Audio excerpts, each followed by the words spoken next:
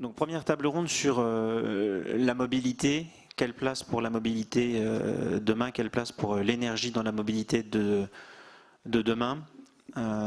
Avec donc différents intervenants. Juste à ma gauche, Thierry Déhaut, qui est le président fondateur du fonds Meridiam, qui est un fonds dont on parle un peu plus depuis quelques temps. Son pitch, c'est investir pour la communauté, et il est entre autres un des acteurs au sein du dossier Suez-Veolia, puisque son fonds se propose de racheter une partie des activités de Suez France si le rachat de Suez par Veolia venait à fonctionner.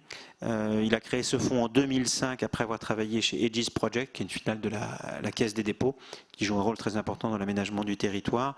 Aujourd'hui, son fonds a 8 milliards d'actifs, mais en fait sous gestion 65 milliards, puisqu'il y a un effet levier. Quand ils déploient du capital, ils ne déploient pas seulement leur capital, et ils investissent dans la mobilité, la transition énergétique et environnementale et le social. Mobilité, transition énergétique, 2 points dont on va parler ce matin. Juste à sa gauche, Thomas, qui est directeur de la stratégie à RTE. RTE, pas besoin de le présenter, mais enfin bon, c'est le réseau de transport responsable du réseau public de l'électricité haute tension sur la France métropolitaine. Et il a publié un rapport. RTE a publié un rapport récemment, peut-être que vous pouvez le montrer, Thomas, sur l'évolution de la mobilité. Alors, je ne sais pas si on peut faire un gros plan. Enjeu du développement de l'électromobilité pour le système électrique, que vous pouvez downloader sur le site de RTE. Et c'est un point dont on parlera, on évoquera des points de ce rapport. Juste à sa gauche, Nicolas Meillan, qui est conseiller scientifique à France Stratégie. Sur son CV, il y a écrit qu'il est un ex-ingénieur crash dans l'automobile. Ça ne veut pas dire qu'il voulait détruire la voiture, mais sans doute faire en sorte qu'elle résiste aux accidents. Et aujourd'hui, au sein de France Stratégie, il s'interroge sur l'évolution de notre politique énergétique. C'est peut-être un peu caricatural. France Stratégie, on a tendance à le présenter quand on est journaliste, un peu comme le think tank du gouvernement. C'est un cabinet de réflexion qui aide le gouvernement à faire des choix avisés et à contribuer au débat public. Et lui, donc, Nicolas est très impliqué dans tout ce qui concerne l'énergie et la mobilité. Et puis enfin, dernier invité ce matin, Gilles Dohat, qui est chef de programme transport et logistique chez EcoCO2. EcoCO2, c'est est-ce qu'on dit une entreprise ou une association qui a été créée en 2009, qui se présente comme une entreprise innovante de l'économie sociale et solidaire, dont la mission est de sensibiliser les citoyens et les organisations vers la réduction durable de leur propre impact environnemental. Le changement commence par soi-même. Il s'agit donc de faire grandir le consommateur en lui permettant de prendre conscience que ses choix ont un impact. Le but du jeu au cours de cette table ronde, qui doit durer jusqu'à 9h45, je crois, c'est d'établir une forme de débat. En tant que journaliste, on adore quand les gens ne sont pas d'accord, mais en même temps, on n'est pas sur une chaîne de télé où ça doit tourner au pugilat, mais vous avez le droit d'avoir des points de désaccord, bien sûr. Et pour les intervenants, vous pouvez poser pour les gens qui ne sont pas intervenants, mais qui suivent les débats, vous pouvez poser des questions via la page web sur laquelle sont retransmis les débats. En gros, quand je réfléchissais hier à la préparation de cette première table ronde sur la mobilité, je me disais, il y a 2 questions. 1, quel est le problème? Et 2, comment est-ce qu'on le règle dans des conditions économiques acceptables pour tous et qui nous permettent de faire face aux véritables problèmes auxquels on est confronté aujourd'hui. Peut-être sur le problème tel qu'il est, j'ai envie de passer d'abord la parole à Nicolas, nous décrire un peu, on en est à la fois tous conscients, mais vous avez mené des études précises sur l'ampleur du challenge. Pourquoi est-ce qu'aujourd'hui, on doit s'interroger sur une évolution de la mobilité et réfléchir à la place de l'énergie dans cette mobilité demain? Alors, il y a plusieurs raisons pour lesquelles on va s'intéresser à ça. Je vais en citer quelques-unes, mais ce n'est pas exhaustif. Bien évidemment, les émissions de CO2, dont on parle beaucoup, sur lesquelles on a pris des engagements. Et sur lesquels peu de gens le savent, mais les émissions de CO2 des voitures neuves n'ont quasiment pas baissé depuis 20 ans. Et en 2019, on n'était pas à l'objectif que s'était fixé la Commission européenne en 2005. Donc ça veut dire 14 ans de retard. Elles n'ont pas baissé, pourquoi? On avait des pots catalytiques, qu'on avait fait alors beaucoup elles ont de progrès. baissé. Alors en fait, c'est pas qu'elles n'ont pas baissé, elles ont baissé en laboratoire, mais elles n'ont pas baissé sur la route. Pourquoi? Puisque les tests utilisés n'étaient pas représentatifs de la réalité. Donc ça, c'est un premier challenge. Et il y en a un second, et on l'a vu avec la crise des Gilets jaunes, dès qu'il y a une contrainte sur l'approvisionnement en pétrole, que ce soit en prix ou en disponibilité, ça empêche une grande partie de la population, 80%, qui utilise sa voiture pour se déplacer, d'aller au travail, tout simplement. Donc ces gens-là, si demain on a une contrainte à nouveau, soit sur le prix, soit sur la disponibilité de pétrole, il faut qu'ils puissent continuer à aller travailler. Comment on fait? Comment est-ce qu'on peut leur fournir, par exemple, des voitures électriques abordables?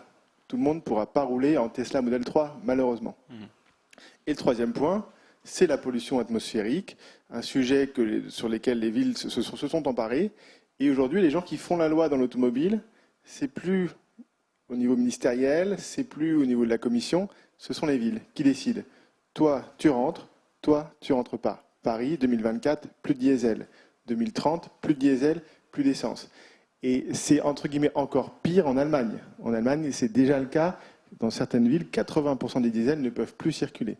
Et donc, c'est elles qui vont faire la loi et imposer la voiture de demain. Sur l'ampleur du problème auquel on est confronté, est-ce que Thomas aussi, vous voulez peut-être nous dire un mot pour poser le débat et puis ensuite les deux autres intervenants? Je pense que, bonjour à toutes et à tous, je pense que Nicolas a très bien résumé les enjeux.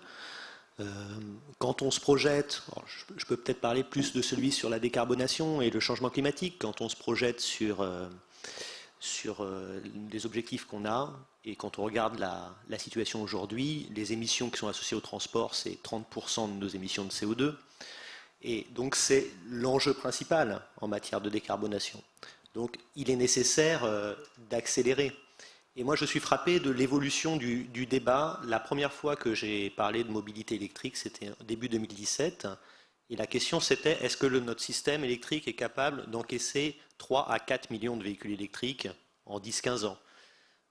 Fin 2017, on a fait des scénarios à 15 millions de véhicules électriques en 2035, qui sont des scénarios qui vont bien avec une interdiction du moteur thermique en 2040. Ces scénarios-là avaient l'air ambitieux. Aujourd'hui, avec ce qui a été dit par Nicolas et avec l'action des collectivités et des villes en la matière, la question, ce n'est pas de savoir si 15 millions de véhicules électriques en 2035, c'est trop ambitieux. La question, c'est est-ce que c'est suffisant par rapport à ces objectifs-là? Donc, la focale se déplace très rapidement avec probablement des objectifs 2030 qui vont être plus importants en matière de réduction des émissions et donc la nécessité de décarboner plus fortement le secteur des transports à cet horizon-là. Thierry, sur l'ampleur du problème auquel on est confronté aujourd'hui?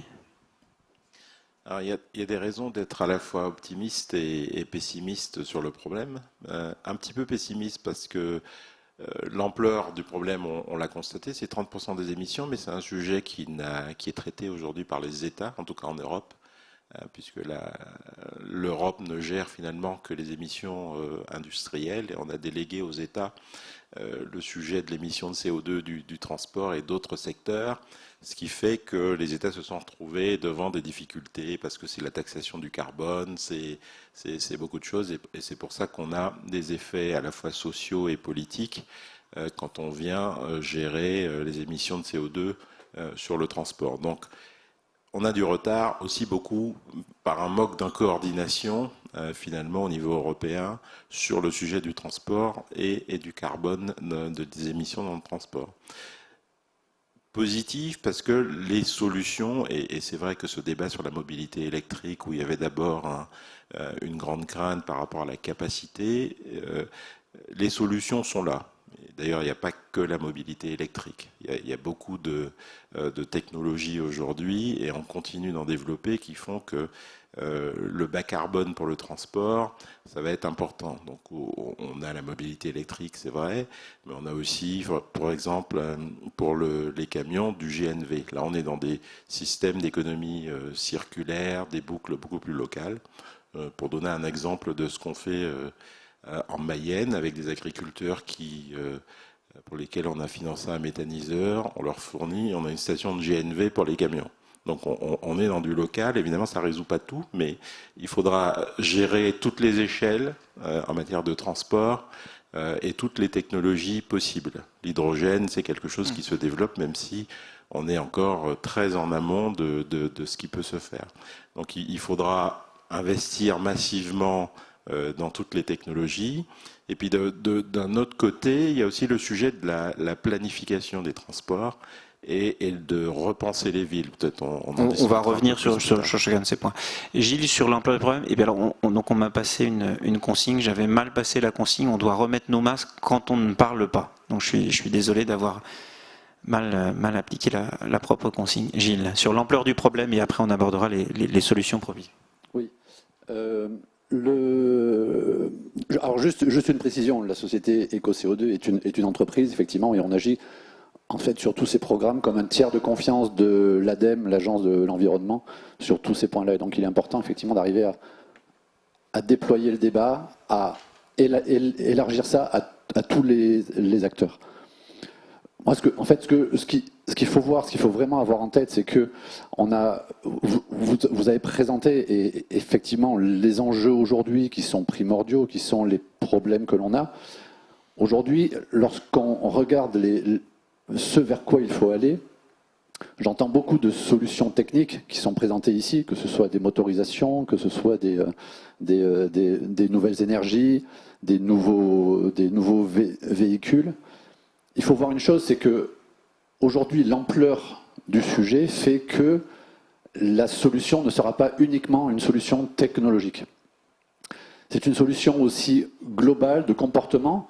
Lorsque vous parlez de stations GNV en circuit court, effectivement, c'est un point à prendre en compte, mais il faut aller au-delà sur les circuits courts. Alors, ce qui est intéressant en plus, c'est que dans le journal Les Échos d'aujourd'hui, il y a toute une interview d'un intervenant sur Kedge Business School qui parle de tout ce sujet de relocalisation. On est ici également au cœur des enjeux de comportement, de ce qu'il va falloir faire pour aller au-delà de ce qui a peut-être pu être fait dans certains domaines jusqu'à maintenant pour réduire un peu ces nuisances. Il faut vraiment avoir en tête que la nouvelle stratégie nationale bas carbone du gouvernement vise une réduction des émissions de gaz à effet de serre de 28% d'ici 10 ans, donc à 2030, et une neutralité complète à 2050. Alors, il y a tout un arsenal législatif qui commence à se mettre en place, vous en avez parlé, effectivement, que ce soit de la part des villes, de la part des gouvernements. Mais au-delà de ça, il faut vraiment prendre en considération le fait que ce sont des changements de comportement, ce sont des nouveaux modes de pensée qu'il va falloir mettre en œuvre, et c'est un peu notre rôle aussi d'accompagner tout ça. Ça sera un cocktail. D'une manière générale, avant de rentrer peut-être dans les solutions une par une et approfondir un peu le débat, est-ce que vous êtes plutôt optimiste, plutôt pessimiste? Est-ce que vous vous dites qu'il y a quand même un espoir de faire face à la somme des contraintes, ou qu'on est face à un problème peut-être insurmontable? Gilles, vous avez encore le micro et pas encore de masque, donc allez-y, puis après les différents intervenants. Alors, personnellement, moi je suis plutôt optimiste. Ça fait après une vingtaine d'années globalement que je travaille sur tous ces sujets-là, et je sens aujourd'hui qu'il y a une vraie prise de conscience.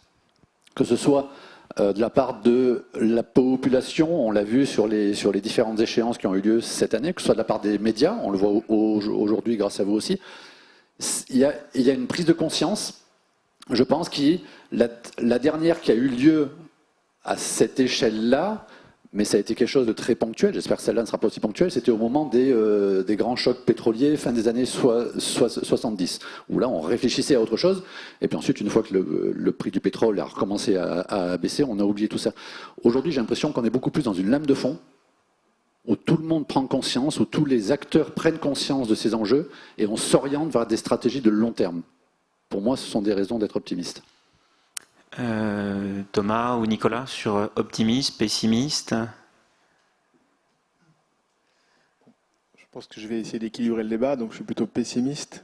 En fait, quand on regarde, on va parler de voiture. Il n'y a pas que la voiture, bien sûr. Hein. On va parler de 80% du problème. Il y a du covoiturage, d'autres choses, on pourra en parler. Mais qu'on parle juste de voiture. Aujourd'hui, la voiture de demain, donc électrifiée, à batterie, qui se lance dedans rapidement? Les Chinois, les Coréens, Tesla. Les Européens suivent la législation qui les oblige à vendre ces voitures-là, mais ils y vont à reculons. Donc aujourd'hui, on a un vrai enjeu avec 14 millions d'emplois quand même au niveau européen, une industrie qui va à reculons, éventuellement rajouter une petite batterie à moteur électrique, faire un hybride rechargeable. Mais on est face à des concurrents qui veulent devenir les maîtres du monde. La première usine de batterie en France sera chinoise, Envision qui a annoncé ça. Et donc aujourd'hui, on n'a pas de plan. On n'a pas de plan industriel en France, on n'a pas de plan industriel en Europe, et on a quand même une des premiers secteurs industriels au niveau européen. Donc je suis plutôt pessimiste. Pessimiste sur le plan industriel, ça ne veut pas dire que le comportement ne va pas changer et que peut-être que tous les emplois seront délocalisés et que les voitures viendront de loin, mais peut-être qu'on va vers une forme de transition. Vous pensez même que cette transition dont on nous parle, la croissance de la voiture électrique, même si elle est très, très forte, en fait, la base est tellement petite qu'on en a pour des années? Moi, ce que je pense, c'est que la voiture électrique, c'est pas du tout fait pour les villes, c'est fait pour les gilets jaunes, c'est la voiture parfaite pour eux. Parfaite. Mais par contre, elle est un peu chère. Donc aujourd'hui, d'occasion, ça coûte le même prix que leur plein d'essence, le même prix. Une Renault Zoé d'occasion, c'est le même prix que leur plein d'essence. Quand ils roulent 40 km par jour, tout l'enjeu en Europe, c'est est-ce qu'on est capable de faire des petites voitures électriques abordables, bien dimensionnées, pour pouvoir couvrir le domicile-travail. Je suis convaincu qu'au lieu de viser 100% des ventes de voitures électriques en 2040, on peut viser 80% de la mobilité décarbonée en 2030. Parce que la voiture électrique est parfaite pour la mobilité du quotidien. Donc on pourrait tous aller en mobilité décarbonée, qui serait soit un vélo électrique, soit un train, soit un tramway, soit une petite voiture électrique, dès 2030. On ne doit pas attendre 2040 pour ça. Thomas, optimiste ou pessimiste? Moi, c'est pas par facilité, mais je suis un peu entre les deux. Je suis convaincu que ce qu'il y a à faire entre 2020 et 2030 est considérable. En ce moment, on est en train de faire des scénarios jusqu'en 2050, donc c'est un monde formidable, on vise la neutralité carbone, mais je me méfie beaucoup des scénarios où on fait beaucoup d'efforts entre 2040 et 2050. Ces scénarios sont visiblement pas à la hauteur de la connaissance qu'on a aujourd'hui des enjeux de la crise climatique. Donc il y a beaucoup de choses à faire entre 2020 et 2030. Entre 2020 et 2030, la mobilité électrique, c'est une solution qui existe. Par contre, il faut passer de volumes qui sont petits à des volumes qui sont massifs. Et il faut le faire rapidement. Et en ce sens, je suis plutôt d'accord avec Nicolas sur le fait qu'il y a vraiment un enjeu sur la massification. Accessoirement, on est totalement d'accord sur le fait que c'est bien la mobilité du quotidien qui est clé sur l'électrique. Alors, on se projette, c'est intéressant parce que dès qu'on parle de mobilité, on nous renvoie à l'imaginaire des grands départs en vacances, donc de la mobilité longue distance. Or, ce n'est pas l'essentiel, c'est même la plus petite portion des kilomètres qui sont faits en France. Donc, ce qui compte, c'est la mobilité du quotidien. Pour ça, le véhicule électrique, c'est très bien. Et il faut réussir à le massifier rapidement. Il y a encore trop de colloques où on se dit la mobilité électrique demain, dans 10 ans. En fait, c'est maintenant. Sinon, après, c'est trop tard. Voilà. Donc, je trouve qu'en 3 ans, le débat a beaucoup évolué et beaucoup plus que dans les 10 années qui précèdent. Donc, ça, c'est bien. Par contre, quand on regarde un certain nombre d'indicateurs, ça a été cité par mon voisin de gauche sur les émissions des voitures neuves, on ne voit pas d'amélioration. Donc, il y a quand même besoin, on doit prouver qu'on est capable d'accélérer, et ça aujourd'hui, cette preuve, elle n'est pas là. Thierry, optimiste ou pessimiste, bouteille à moitié vide ou plutôt à moitié pleine? Moi, je suis plutôt optimiste parce qu'en général, ça favorise l'action. Parce que le choix, c'est quand même entre la vie et la mort de notre planète. Donc, je ne sais pas comment on peut être pessimiste, finalement. À terme, il faut quand même agir. Parce que le problème des débats qu'on a depuis 5 ans, c'est qu'il y a beaucoup de gens qui font des débats, et puis il y a peu de gens, finalement, qui veulent bien agir. Ce que je vois quand même, c'est qu'il y a beaucoup d'acteurs qui agissent. Les comportements ont changé chez les acteurs qui ont une capacité d'influence sur pas que le débat, mais sur la réalité, par exemple, de la voiture électrique. On voit les institutions publiques, on a vu la Banque européenne d'investissement, par exemple, on parle de l'usine de batterie, mais elle a quand même mis 5 ans à accompagner la première usine de nouvelle génération de batteries en Suède, avec des montants massifs à travers le plan Juncker. Donc tout ça, c'était 5 ans de développement, donc ça veut dire qu'ils ont commencé depuis un moment. Et donc il y a des investissements et des acteurs qui qui avance. Et moi, je vois chez les institutionnels, les investisseurs de très long terme, une véritable volonté de faire autrement. Depuis la COP 21, tous nos investisseurs aujourd'hui nous demandent, et nous sommes capables de leur fournir, la trajectoire de température de nos portefeuilles d'investissement, nos bilans carbone. Donc le comportement des acteurs financiers qui sont les propriétaires des actifs et qui du coup vont influencer le développement des réseaux de charge rapide. Nous, on a investi déjà il y a 4 ans dans Allego qui développe le réseau des métropoles européennes pour le compte de la Commission pour la charge rapide. Tout ça peut aller plus vite, mais en tout cas, il y a des acteurs sur place qui s'agitent et qui font. Et c'est ça qui est important finalement, parce que les scénarios, c'est bien, et moi je pense que c'est bien pour planifier.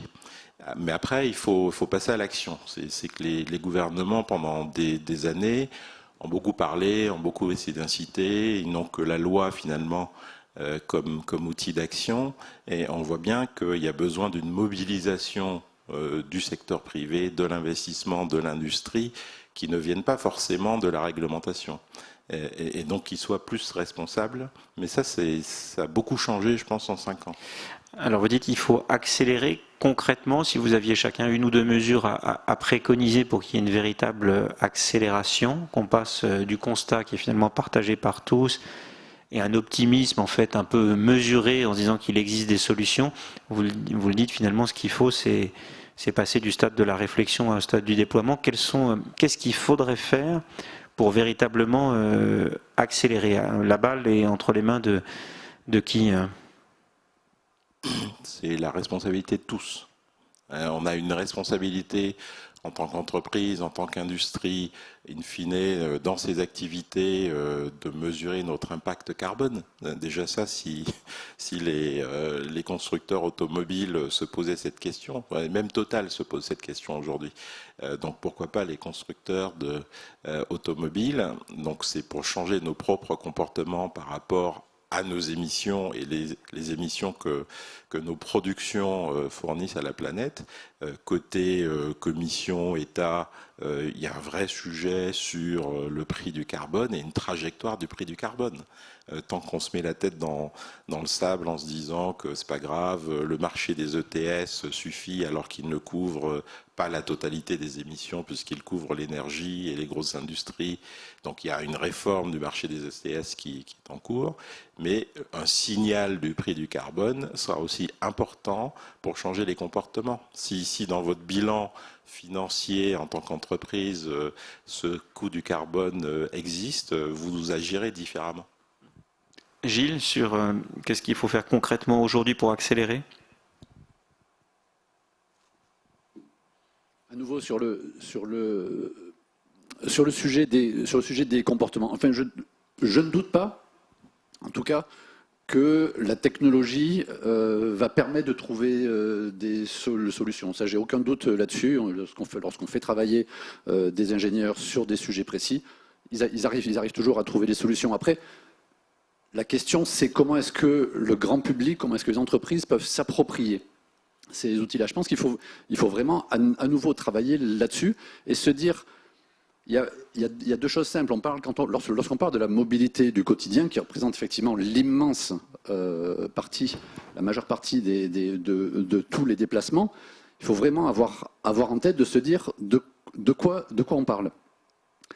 Le GIEC, le groupement des experts climatiques mondiaux, nous dit qu'il faut qu'on réduise de 75% nos émissions de gaz à effet de serre d'ici 2050, 2060, 2070, quelque part, donc les diviser par 4. Dans ces changements de comportement, je pense qu'il faut avoir en tête la première chose sur la mobilité, qu'aujourd'hui, en France, une voiture, lorsqu'elle roule, elle est occupée par, en moyenne, 1,2 personnes. Là où elle pourrait en transporter, on va dire en moyenne, mettons 4, 5. Imaginons que demain, dans un monde parfait, chaque voiture soit remplie complètement avec ces 4 ou 5 personnes. Directement, vous divisez par 4 Les émissions de gaz à effet de serre, les polluants, les embouteillages, toutes les nuisances qui vont avec.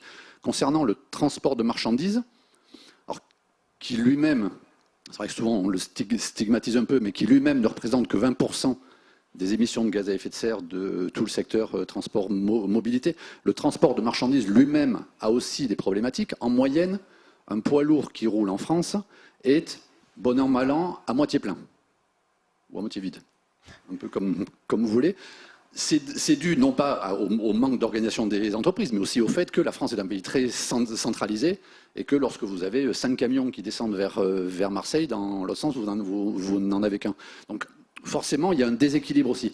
Si on arrivait à trouver un modèle économique global et également qui permette de remplir complètement et d'optimiser au maximum ça, déjà on aurait fait un grand pas. Et à la suite de ça, on a les solutions technologiques qui viennent aider en plus. Pour moi, il y a vraiment ce système de comportement de se dire, est-ce que l'idée de voiture individuelle est toujours une idée pérenne ou est-ce que c'est une idée du passé sur laquelle il faut essayer de revenir? Nicolas, sur une priorité pour passer de la réflexion à l'action? Alors, je veux juste être d'accord avec mon voisin de gauche, je ne sais pas si ça marche. Ouais. Effectivement, on en parle peu, mais le covoiturage, c'est vraiment la façon la plus simple de diviser tout par 2, par 3. À un moindre coût. Et la bonne nouvelle, c'est que les collectivités territoriales, ça c'est surtout plutôt pour les milieux en mode rural, périurbain, où on n'a pas de transport en commun. Les collectivités territoriales sont en train de s'en rendre compte et de s'emparer du sujet pour compléter leur offre de transport en commun avec une offre des lignes de covoiturage. Alors nous, la solution qu'on a proposée il y a un peu plus d'1 an avec France Stratégie, si on parle on va avoir 50% de baisse des émissions de CO2 pour 2030 sur les voitures neuves. Qu'est-ce que ça veut dire? Ça veut dire la moitié, c'est des voitures électriques. C'est simple, la moitié.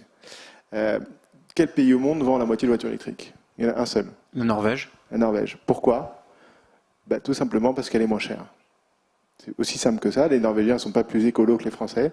Quand ils vont en concession, la voiture électrique est moins chère que la voiture diesel ou la voiture essence. Donc il fait mettre en place un système, une fiscalité, sur le long terme, bien sûr, pas sur les 3 prochains mois, qui permettent que cette voiture électrique soit moins chère que son équivalent thermique.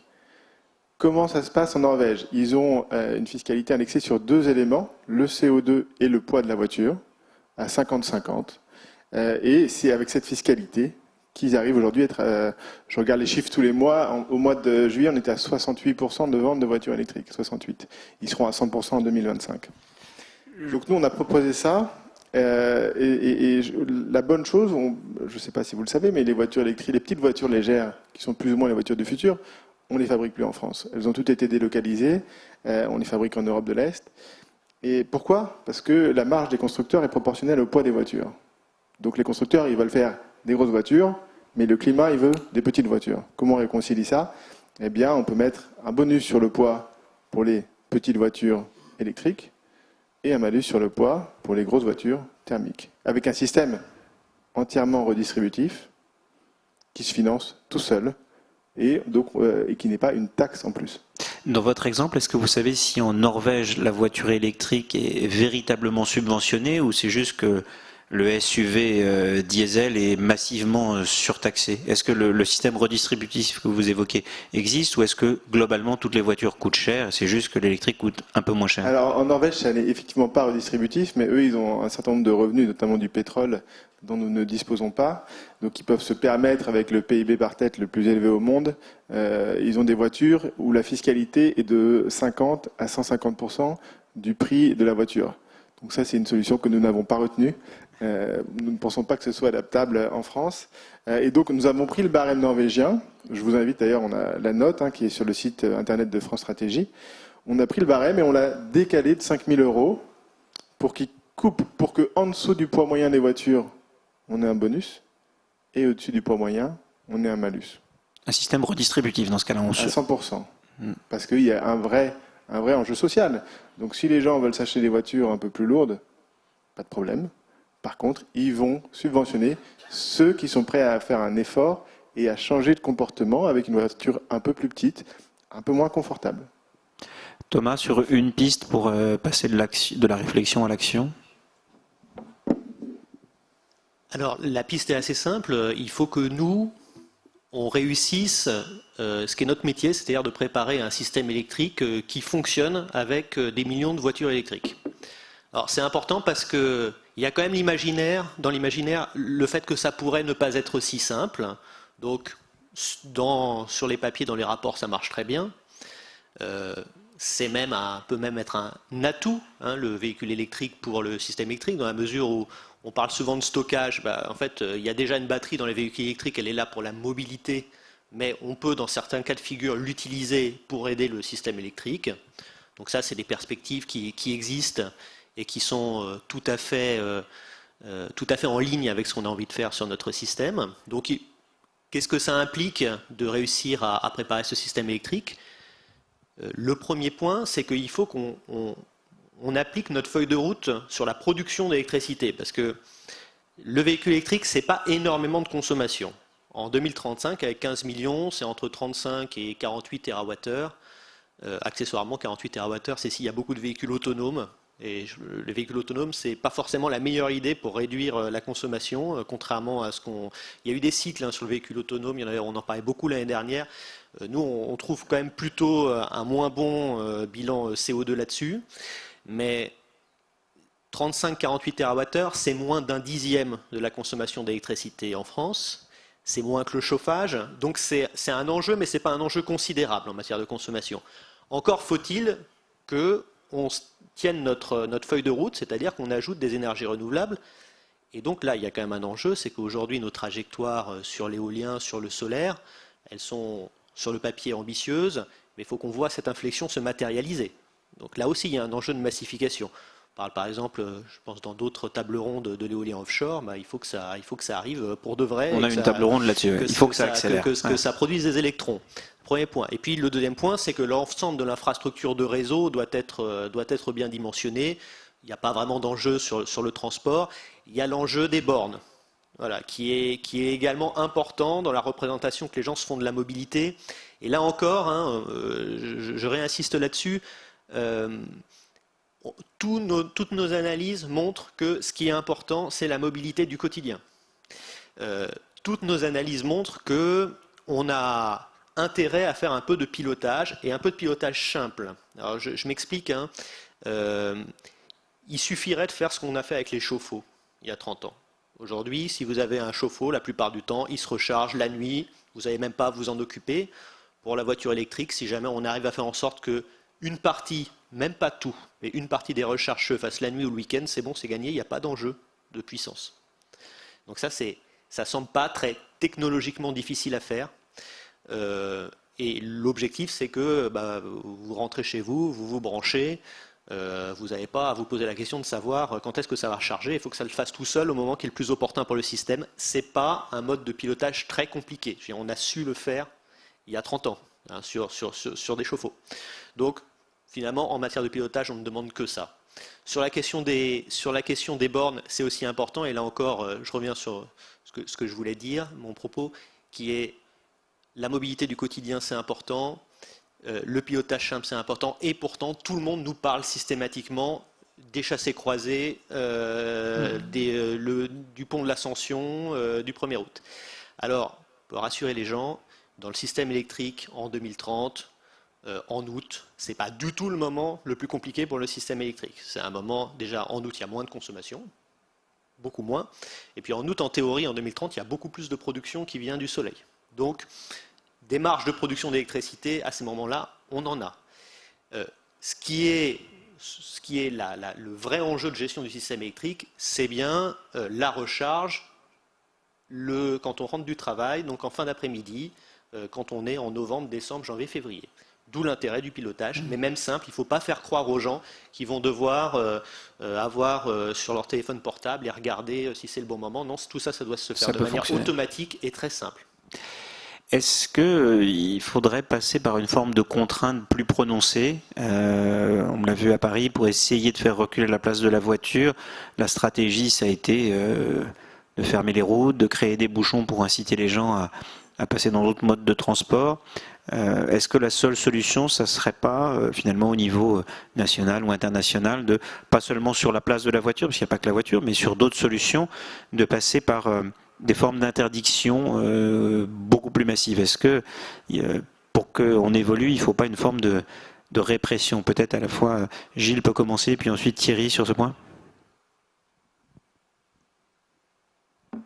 Ce sont des solutions qui sont envisagées, qui commencent à être mises en œuvre. Mon voisin en avait parlé avec les collectivités, qui commencent effectivement à interdire, à dire toi tu rentres pas.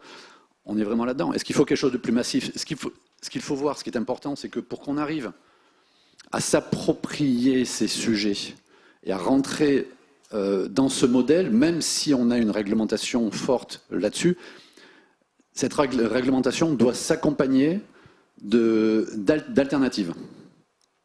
C'est-à-dire que, ok, vous pouvez très bien interdire tous les véhicules polluants à l'entrée d'une ville. Si vous faites ça du jour au lendemain, vous serez très content, ravi. À l'intérieur de la ville, il n'y aura plus aucune pollution, il n'y aura plus aucun gaz à effet de serre. La collectivité va mesurer ça de son côté, elle va dire « moi je suis championne du monde ». Par contre, en périphérie, ça va être le bazar énorme, ça va être une explosion de toutes les pollutions. Donc en fait, il faut arriver à organiser ça. La mobilité du quotidien passe par, on l'a bien entendu ici, la mobilité électrique, mais aussi surtout, et c'est un peu le message, par une mobilité beaucoup plus collective.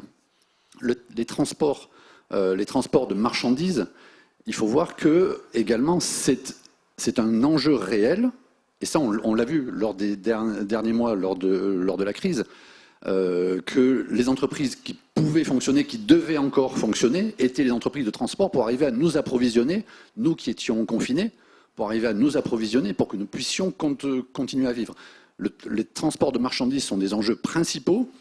Ça fait 40 ans qu'on a des politiques qui freinent ou qui réduisent la place des modes alternatifs comme le ferroviaire. Il faut revenir sur ce genre de sujet, arriver, comme je disais tout à l'heure, à travailler avec toute la profession pour optimiser ce qui existe déjà aujourd'hui et pour ensuite basculer sur des solutions.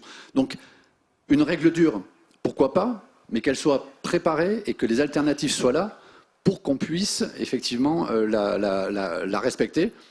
Sinon, on va direct vers des blocages avec les gilets jaunes ou les transporteurs. Règle dure mais intelligente, Thierry, est-ce que c'est souhaitable et possible? Je suis assez d'accord, il faut au préalable un peu de planification. D'abord, il y a un vrai sujet démocratique, c'est quoi la ville durable de demain? Parce que le transport dans la ville durable, c'est 50% du problème. Les trajets domicile-travail, faut aussi les réduire. Il ne faut pas forcément que trouver des solutions technologiques pour dire qu'elles soient bas carbone. Donc on a un sujet de réorganisation de la ville et on a un sujet de choix. En fait, il n'y a pas de solution unique. Je suis assez d'accord qu'il faut une alternative si on veut des contraintes. Il faut du transport public propre, il faut du transport individuel propre, il faut plein d'autres solutions. Le fait que les gens aient moins besoin de faire du domicile-travail qui soit très long. Du coup, le vélo devient abordable. Ça veut dire qu'il faut faire du logement social dans Paris, plus que ce qu'il faut. Enfin voilà, mais ça, il faut impliquer les populations sur un débat sain. On est toujours dans des débats un peu passionnel, parce que c'est le temps d'une campagne électorale qui dure 2 semaines, donc tout le monde raconte tout et n'importe quoi en faisant des promesses. Et il n'y a jamais de débat de fond, de consultation publique, in fine, sur le mode de vie durable que la ville voudrait bien, parce que peut-être que les gens seraient favorables à un péage, une taxe carbone à Paris, plutôt que l'interdiction, par exemple. Et cette taxe carbone pourrait servir à financer d'autres choses, à financer ou à cofinancer avec Île-de-France Mobilité des flottes de bus électriques. Enfin, beaucoup de sujets, enfin alternatives, ça c'est important avant de mettre une contrainte, mais discussions préalables qui soient organisées, suffisamment longues pour impliquer les gens et pas forcément le temps d'une semaine de campagne électorale où on parle du sujet vert comme d'un drapeau sans vraiment aller dans le fond des choses et voir les modes de vie des gens et comment ça impliquerait de les changer. Sur le péage urbain, Thierry, est-ce que je crois que vous avez eu une expérience à l'étranger de financement d'une infrastructure avec un mode de péage urbain. Est-ce que vous pouvez nous en dire un mot? Est-ce que ça vous semble une solution qu'on devrait un peu généraliser? Alors, les solutions, il faut les adapter à chaque géographie. Il se trouve que dans la région de Dallas, au Texas, ils ont des autoroutes urbaines de partout, hein, avec ces autoroutes qui sont des quasi-parkings, puisqu'on parle de corridors à 200 000 véhicules jour, hein, donc sur des 2 fois 5 ou 6 voies. Et donc la solution qu'ils ont trouvée, qu'on a mis en œuvre, hein, c'est de faire des voies rapides à tarif variable, donc en garantissant une vitesse qui est de 50 miles par heure sur ces voies rapides.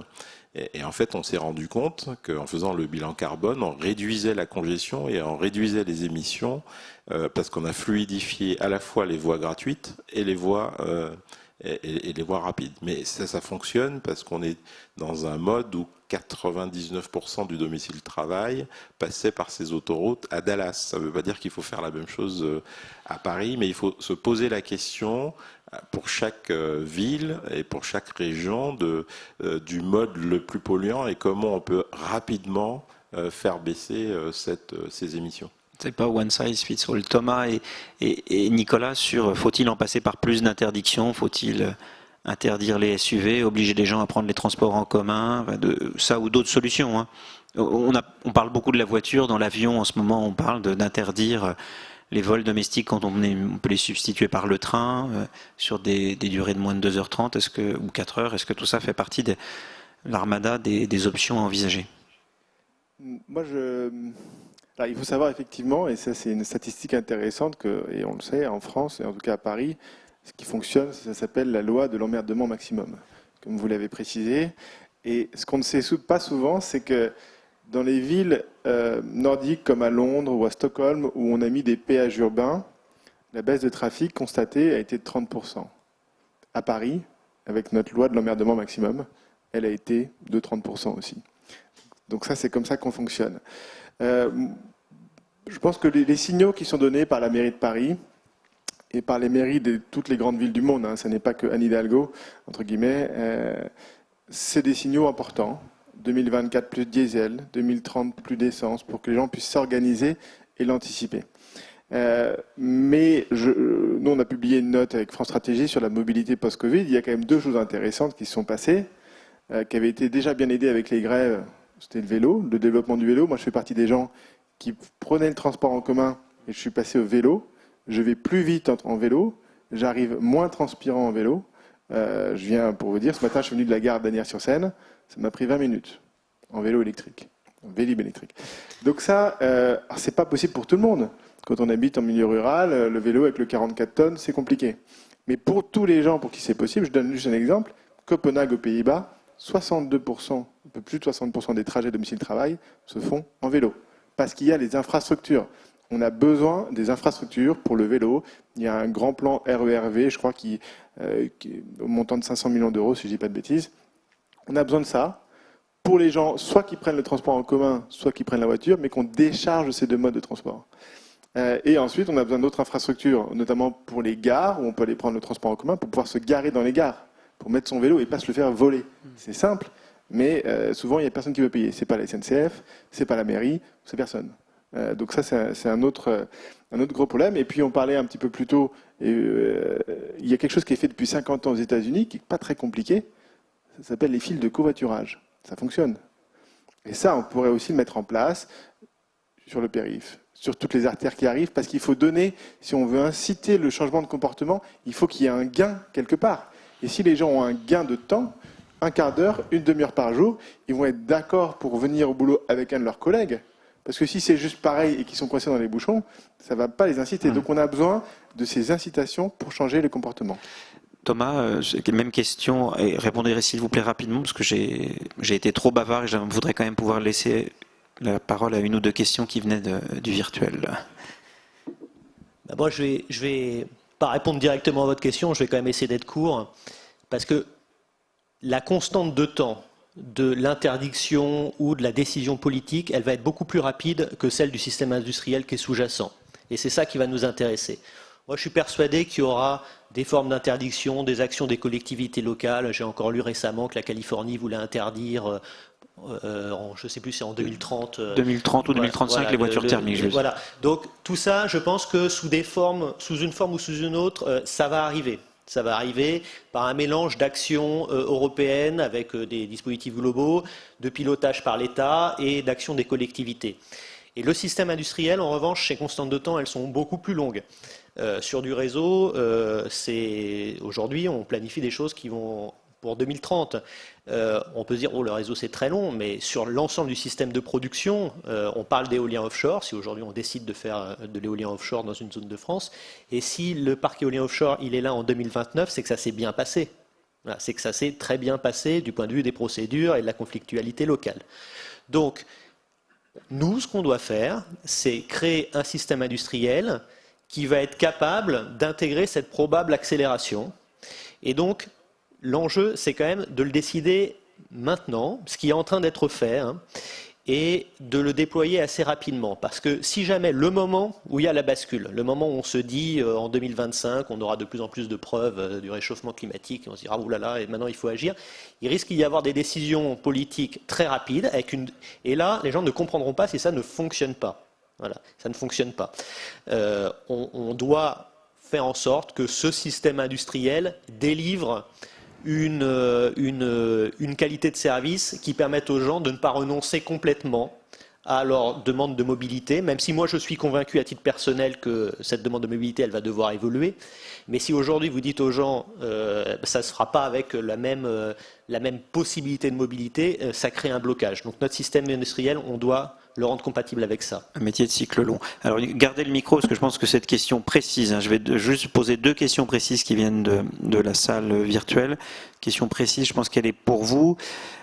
Au-delà du pilotage de la charge sur les heures creuses, qu'en est-il de la technologie V2G en France? Est-ce que c'est un piège ou est-ce que vous pouvez nous dire, parce qu'il paraît qu'au Japon ça fonctionne. Alors est-ce que vous connaissez? Moi je ne sais pas ce que c'est que la V2G. V2G, alors ça se dit V2G, c'est Vehicle to Grid, voilà, c'est le fameux pilotage bidirectionnel. Oui, la voiture a une batterie qui voilà, remet vous avez votre voiture chez vous. Alors non seulement vous la pilotez, la recharge se fait au moment le plus intelligent pour le système, mais en plus le système peut aller prendre une partie de l'électricité que vous avez stockée dans votre voiture. Et de la restituer. Ouais. Ça fonctionne? Pour l'instant, c'est au stade de la démonstration, voilà, en Europe. C'est-à-dire qu'il n'y a pas, d'un point de vue commercial, une offre de V2G à ma connaissance, ou alors c'est vraiment extrêmement rare. Donc on est au stade de la démonstration. Du point de vue sur le papier, c'est formidable pour l'ingénieur. C'est vraiment le système qui permet de résoudre beaucoup de choses sur le système électrique. Si ça arrive, tant mieux, on l'utilisera. Si c'est compliqué, parce que techniquement c'est compliqué, ou peut-être que le modèle d'affaires, le use case pour le consommateur n'est pas évident, parce que je ne suis pas capable de le savoir aujourd'hui, c'est pas non plus indispensable pour faire fonctionner du véhicule électrique. Je vous l'ai dit, du pilotage même simple, c'est suffisant pour atteindre nos objectifs. Deuxième question, je pense pour Nicolas. Alors pareil, ça peut ressembler à un piège, mais je caricature un peu la question. Mais c'est la voiture électrique, c'est super. On nous dit que c'est génial, ça émet moins de CO2. Mais est-ce qu'on a fait un vrai bilan total, recyclage de la batterie, coût de production, fabrication, et est-ce qu'on n'est pas en train de s'enthousiasmer pour une solution qui est une vraie fausse bonne idée? Alors c'est pas du tout un piège, c'est une très bonne question. Effectivement, je le rappelle de temps en temps. Aujourd'hui, si vous achetez une voiture Renault Zoé, qui est la voiture la plus vendue en France, d'ailleurs la deuxième voiture la plus vendue dans le monde, électrique, derrière la Model 3, eh bien la batterie est fabriquée en Pologne. Le pays avec l'électricité la plus charbonnée au monde. Pire que la Chine, pire que l'Inde, pire que tous les pays. Qu'est-ce que ça veut dire? Ça veut dire que quand l'État donne 6 000 €, c'est 6 000 € qui partent en Pologne pour subventionner l'industrie polonaise de fabrication de batteries au charbon. Vous faites 6 000 fois 30 000 voitures, ça fait quand même 200 millions d'euros. C'est-à-dire qu'aujourd'hui, on subventionne plus la Pologne pour la fabrication de batteries que la France, où on a un plan de 700 millions sur 5 ans.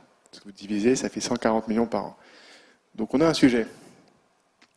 Et donc nous, ce qu'on a aussi proposé avec France Stratégie, c'est de mettre en place une norme sur le contenu carbone de l'électricité utilisée pour fabriquer les voitures bas carbone et leurs batteries, pour maximiser l'enjeu. Donc ça, c'est quelque chose qui se décide au niveau européen, mais bien évidemment, cette voiture électrique, si demain elle est fabriquée en Chine au charbon, ça ne va pas être très bon pour l'emploi, ça ne va pas être très bon pour l'environnement, et je le rappelle souvent, l'industrie automobile européenne est la plus protectionniste au monde, avec des normes, pas avec des taxes comme Donald Trump, des normes sur l'environnement, sur la pollution, sur la sécurité passive.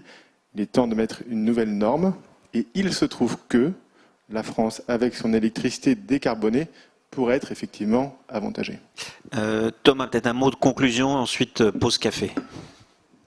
En fait, c'est un complément à ce qui vient d'être dit, hein, mais sur le bilan carbone, on a aujourd'hui, ces analyses, elles ont été faites en intégrant le cycle de vie, donc la phase amont, c'est en faveur du véhicule électrique, assez clairement. Il n'y a pas trop de doute là-dessus, même si la batterie est produite en Pologne ou en Asie.